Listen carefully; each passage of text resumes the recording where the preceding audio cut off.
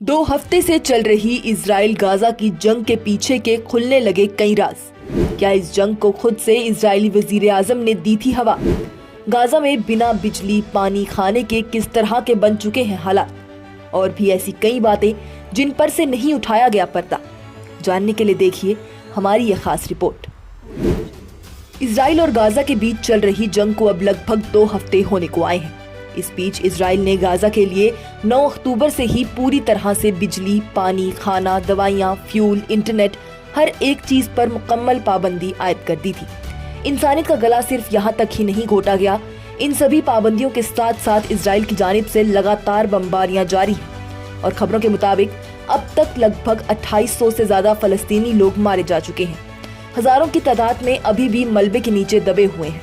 Gaza के जो हालात हैं उन्हें देख पाना भी बेहद मुश्किल है। चारों तरफ ऐसा मलबा है जैसे कभी भी वहाँ कोई इमारत या घर हो ही ना।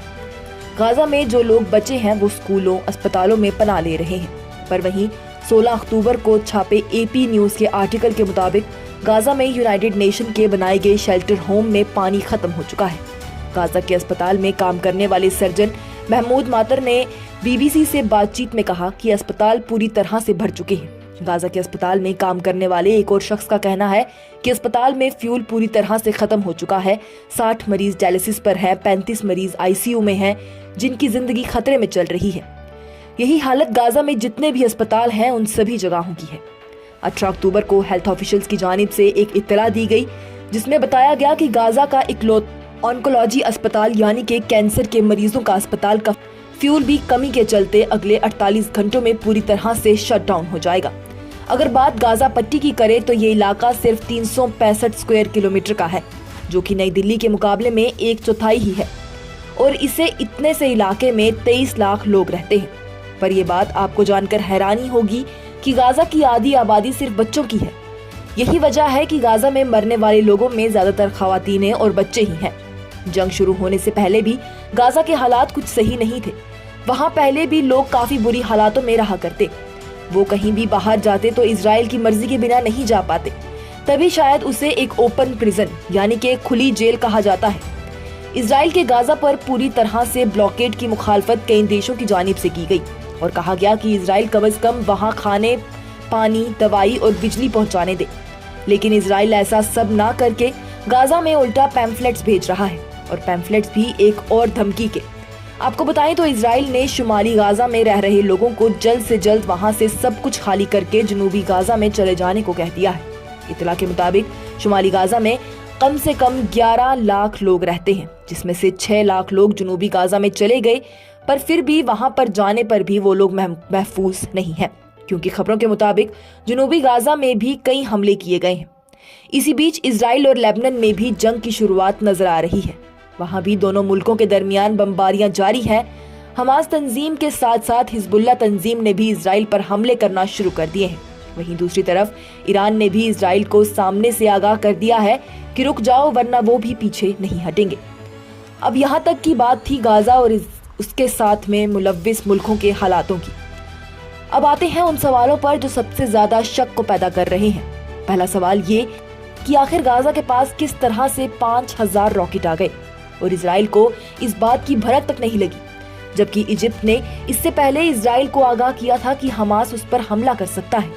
यहाँ तक कि अमेरिका को भी इस बारे में इत्तला थी और उन्होंने इसे लेकर इजराइल को आगाह किया था। इतना ही नहीं, हमास के हमले से एक दिन पहले 6 अक्टूबर को भी ये जानकारी दी गई थी। अमेरिका की जानिब से ये कहा गया था कि हमास में कुछ गैर मामूली सरगर्मियां देखी जा रही हैं और उनके पास ऐसे हथियार हैं जिसका कोई अंदाजा भी नहीं लगा सकता। तो बड़ा सवाल है कि क्या इजराइल भी हमले से बखूबी जानकार था और सब कुछ जानते बूझते हुए भी उसने इस हमले को रोकने के लिए कोई कदम नहीं उठाया? इन्हीं सभी बातों के बीच बड़ा सवाल इजराइल की अंदरूनी सियासत के हवाले से उठ रहा है। आपको बताएं तो ऐसे दावे किए जा रहे हैं कि गुज़िश्ता सालों से इजराइल की अंदरूनी सियासत सही नहीं चल रही है। इस वक्त जो इजराइल के वजीर आजम हैं बेंजामिन नेतन्याहू, उन पर धोखाधड़ी, इत्तेमाद की खिलाफ वर्जी और 3 अलग अलग मामलों में रिश्वत लेने का इल्जाम है। ऐसा कहा गया है कि उन्हें कई बड़े बड़े कारोबारियों से भारी रकम दी गई है। आपको बताएं तो कुछ वक्त पहले इजराइल के वजीर आजम पर बदउनवानी के मामले में ट्रायल चल रहा था, जिसके बाद वो वहां की जुडिशरी के जजों की तकरीरी में फेरबदल करने की कोशिश कर रहे थे جس کے چلتے ان کے خلاف احتجاج میں اسرائیلی لوگ سڑکوں پر اتر آئے۔ پر وہیں اسی بیچ حماس کے حملے کے چلتے ملک بھر میں ایمرجنسی لگا کر انہوں نے اپنا عہدہ محفوظ کر لیا۔ کئی تجزیہ کاروں کا یہ دعویٰ ہے کہ اگر سب کچھ صحیح چلتا تو اسرائیلی وزیر اعظم کے خلاف چل رہے بدعنوانی کے ٹرائل میں انہیں اپنا عہدہ چھوڑنا پڑتا۔ اتنا ہی نہیں، یہ بھی کہا جا رہا ہے کہ حماس تنظیم کو اسرائیلی وزیر اعظم کی جانب سے ہی بڑھاوا دیا گیا۔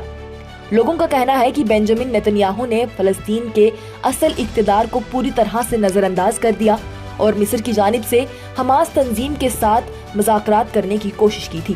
18 اکتوبر کے دی ٹیلی گراف کے آرٹیکل کے مطابق نیتن یاہو نے حماس کو مضبوط اور اسرائیل کو توڑا ہے۔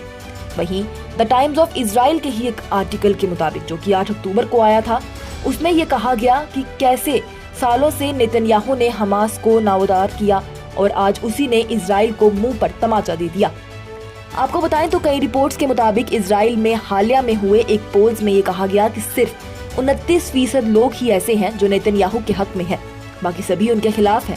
اور ایسا ہی ایک دعویٰ سابق اسرائیلی وزیر اعظم ایہود اولمرٹ نے بھی کیا تھا، جہاں ان کا کہنا تھا بنجامن نیتن یاہو کو اسرائیل کے لوگ زیادہ پسند نہیں کرتے، وہ انہیں عہدے سے ہٹانا چاہتے ہیں۔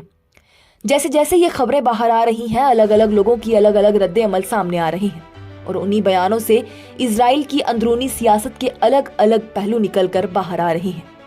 اس جنگ کا اثر ہندوستان کی سیاست پر بھی کھل کر دیکھا جا رہا ہے۔ یہاں بھی آئے دن سیاسی جماعتیں ایک دوسرے پر نشانہ سادھتی رہتی ہیں۔ اپوزیشن پوری طرح سے فلسطینی لوگوں کے ساتھ ہو رہی تشدد کی کڑی مخالفت کر رہا ہے۔ اسی کے چلتے آج بھی پیپلز ڈیموکریٹک پارٹی کی سربراہ محبوبہ مفتی نے ایک احتجاجی مظاہرہ کیا، جس میں فلسطینی جھنڈے کے ساتھ ساتھ نعرے بازی بھی کی۔ اپوزیشن کی جانب سے بھی یہ کہا جا رہا ہے کہ سرکار کو فلسطین کے حق میں کھڑے ہونا چاہیے اور اس کا ساتھ دینا چاہیے۔ Bureau report, news insider.